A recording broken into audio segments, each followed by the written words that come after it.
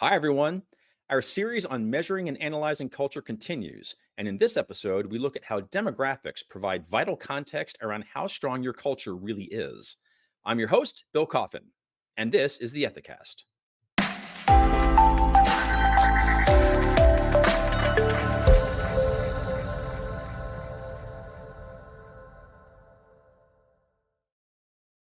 Managing your culture provides a valuable look at how the daily lived experience of your organization advances and upholds best practices and stated values, or how it might be coming up short somewhere. By measuring and analyzing your culture, organizations give themselves a clear understanding of where their culture is strongest and whether there are any gaps between how leadership perceives their culture and how it really is.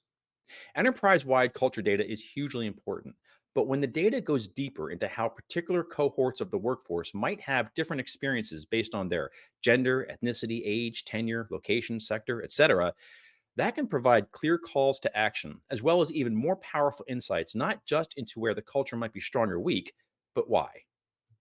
With us today to talk about this is Katie Kruger, a data analyst on Ethisphere's data and services team.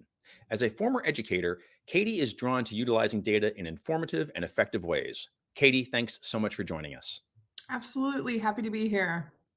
When companies measure their culture, they often get data that captures the organization as a whole, but then it provides more specific information according to certain demographics within that population, such as race or gender, as I mentioned before. Why is it so important that organizations do this as part of a larger effort to measure culture? When we measure culture, we're looking to see if the data tells a story of a question we're looking to answer. So, yeah, we collect race or gender as demographics. Often I reference demographics more as some of the other things, such as, business function or an employee's location within the broader organization. And to collect demographics, I think there are two main reasons why an organization would do this. One is a larger effort paints a picture, but demographics tell the detailed story, right? Flying over an ocean gives a beautiful bird's eye view, but there's nothing like having your toes in the sand. And digging into that sand can really tell us, what is happening in those microcultures within our organization. Um, and we all need to gain and retain the support for our ethics and compliance initiatives. We all need the numbers to back up those things that we want to do, which I think leads to that second reason why it's worth collecting demographic information, really is because organizations have finite resources. And I think about this February Bella Asks Ethicast, where Erica Salmon Byrne is talking about compliance training suffering from the peanut butter approach. And she says something along the lines of, you spread it thick and you spread it even. That way, everybody got what they needed to get. But she goes on to say that sometimes you have to figure out how to satisfy knowing that everybody got what they needed without wanting to give out too much peanut butter. Not everybody always wants to eat your peanut butter sandwiches. And she thought that she beat that metaphor to death, but really it stuck with me as I've done work with our clients here at Ethisphere. It is that fine line between giving what's necessary and giving too much. And everybody needs something different to be successful in life. Everybody needs something different in an organization, and it varies from person to person, from organization to organization. But the thing that makes me think about this question is that, I could take that metaphor even further. Peanut butter is getting expensive in this economy, and it's not always possible to give everybody the same thing, the same amount of time, the same resources.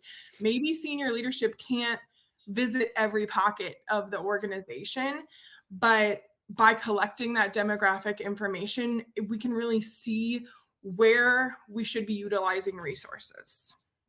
When conducting a culture assessment or a culture survey, and an organization wants to gather specific demographic data, what are they typically looking for? Is it more than simply filtering enterprise wide questions by a dimension of diversity? Yeah, we're looking for that story. We're looking for things that maybe we don't have an idea of or a pulse on yet. Outliers, trends, things that maybe our human biases just never considered.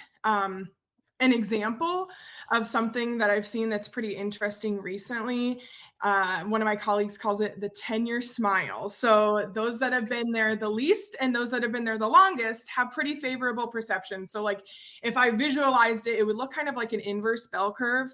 Um, where those that have been there the least have these favorable perceptions, like a corner of the smile. Those that have been in the middle have maybe less favorable perceptions Mhm. across the board, or maybe in a given thing that we're measuring. And then those that have been there the longest have other high favorable perceptions. And it makes sense if you sit and really tease it apart, those that have been there the least maybe are closer to those onboardings, or they've just been hired and they're really amped about what's happening with the values within a given organization. The people that have been there the longest maybe are senior leaders or people who are there at the company because they really believe in what's happening at a given organization.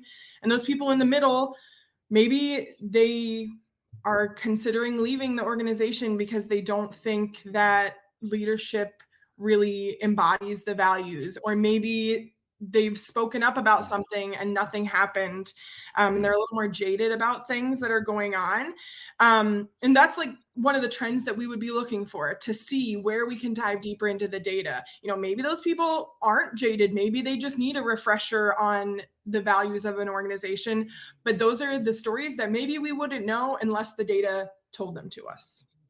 When you talk about the tenure smile, have you noticed that there is a particular band of time in which employees are most likely to hit that bottoming out period? Like, is there a universality to it, or is that really more particular from company to company? That's a really good question. It, kind of two parts again. One part is we really recommend collecting what's valuable to your organization. So if you have only been around 5 years, you are only going to collect demographics or on tenures, maybe 0 to 1, 1 to 2, 2 to 3, 3 to 4, 4 to 5. If you're an organization that's been around a long time, those bands are going to widen. Mhm. So I don't know that I can necessarily always pinpoint like these people in this particular band are the ones experiencing lower favorabilities, because it is heavily dependent on the age of an organization, the age of employees within the Mhm. organization. That's a whole different story, right? If we're Yeah, collecting yeah. data surrounding age bands and generations, Ethisphere has a ton of great research on um, how different generations view different pieces of ethical culture. So it's really heavily nuanced, and it is really dependent on how a given organization exists in the world. So when you mentioned tenure as a demographic, aspect, that's really interesting because a lot of people may not necessarily think of that as a demographic to look at. Are there any other demographics when you're talking about measuring culture? Are there any other demographics that perhaps companies don't often think to look at, but that you would recommend? You know what? This is something you shouldn't overlook. This actually is more important than you think it is. This is a question we get a lot, and it's again heavily dependent on what you're already collecting within your organization. Anytime you can layer your results with other metrics that you already have, it mi- it multiplies the value. Aligning what you are collecting in a culture measurement with other HR data, aligning it with click metrics, aligning it with locations. A lot of times we'll work with clients here at Ethisphere that we find something in the data and we don't always know the story behind it. So we'll say, hey, we found this interesting thing in the data. Is this surprising to you? And the client will be able to provide the context to us that we didn't know. Oh, yeah, that makes a lot of sense. Maybe that Mhm. location just had some turnover in leadership. Or, oh, yeah, that makes a lot of sense. We recently acquired a new company and all of the people in that group with those answers are from that new company. So any piece of information that really goes back to those questions that you have about the business as a whole, how are you going to use the information, and kind of working backwards from how you plan to use it to what you should collect. Are you going to roll it out to leaders across different market areas? Then you should probably be collecting information about market Mm. area. Are you going to roll it out to leaders in a given country? Collect that information. Do you want to look at how different cultures in different countries affect maybe the trainings that you should be giving or the way your trainings are being received? You need to collect information surrounding countries.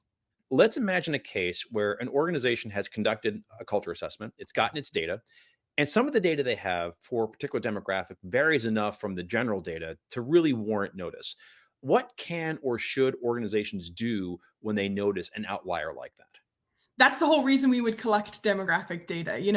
The data can tell us where things are going well, it can tell us where things need improvement. And the recommendation here would be to lean into both sides of that, lean into both sides of that discovery, find out what's going well, how it could be replicated. Conversely, find out where you need to make an improvement. And for me, if I were in your shoes, the ethics and compliance leader's shoes, I would want to fix everything, but picking just a couple of data points that you can really focus on, that you can really take action on. That's where you dig in. That's where you get the story and the detail behind the data. And this is often a hard part as well. It can involve some self reflection on the ethics and compliance team part.